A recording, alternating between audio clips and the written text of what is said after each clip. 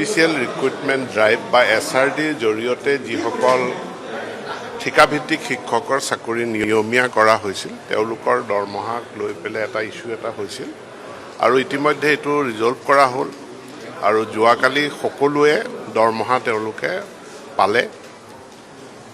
একাংশ 200-250 মান টিচাৰ আছে যিসকলৰ নিৰ্দিষ্ট কিছু একাউণ্টৰ ইস্যু আছে।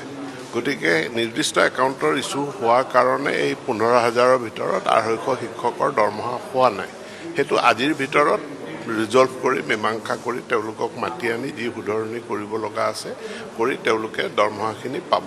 এই যিসকল ঠিকাভিত্তিক শিক্ষক তেওঁলোক এলিমেণ্টেৰীৰ আছিলে, কিন্তু বিদ্যালয়খন এমালগেমেশ্যন হোৱাৰ কাৰণে এতিয়া তেওঁলোক মাধ্যমিক বিদ্যালয়লৈ গ'ল। যেতিয়া মাধ্যমিক বিদ্যালয়ত গ'ল তেওঁলোকৰ DDO ইনস্পেক্টৰ অফ স্কুলছ।